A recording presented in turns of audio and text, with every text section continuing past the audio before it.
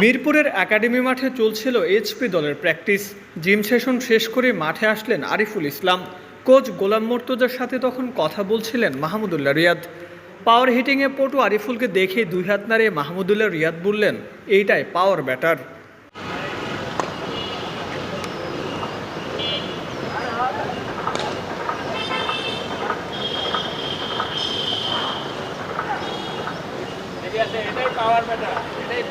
একটু পরে আবার আরিফুলকে ডেকে মাহমুদুল রিয়াদ জিজ্ঞাসা করলেন, কিরে রাগ করলি?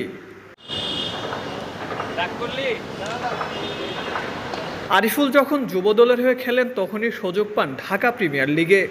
মোহামেডান স্পোর্টিং ক্লাবের হয়ে খেলেন বড় ভাই সাকিব ও রিয়াদদের সাথে। তখন থেকেই বড় ভাইদের সাথে তার ভালো সম্পর্ক। জিম সেশন শেষ করে যেভাবে হেঁটে মাঠে ঢুকলেন মাহমুদুল রিয়াদ, সেটাই মজা করে দেখালেন আরিফুলকে।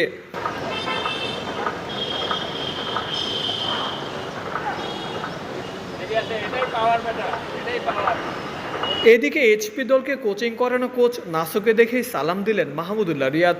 এরপর কাছে গিয়ে করমর্দন করে নিলেন, বুকে জড়িয়ে মাতলেন হাসি ঠাট্টায়। ফিটনেস ট্রেনার ডালিম ও কোচ গোলাম মর্তুজার সাথে চলছিল রিয়াদের আড্ডার খুনসুটি। লেগ স্পিনে তখন একাডেমির সেন্টার উইকেটে শান দিচ্ছিলেন মেহেদী হাসান সোহাগ ও সাকিবরা।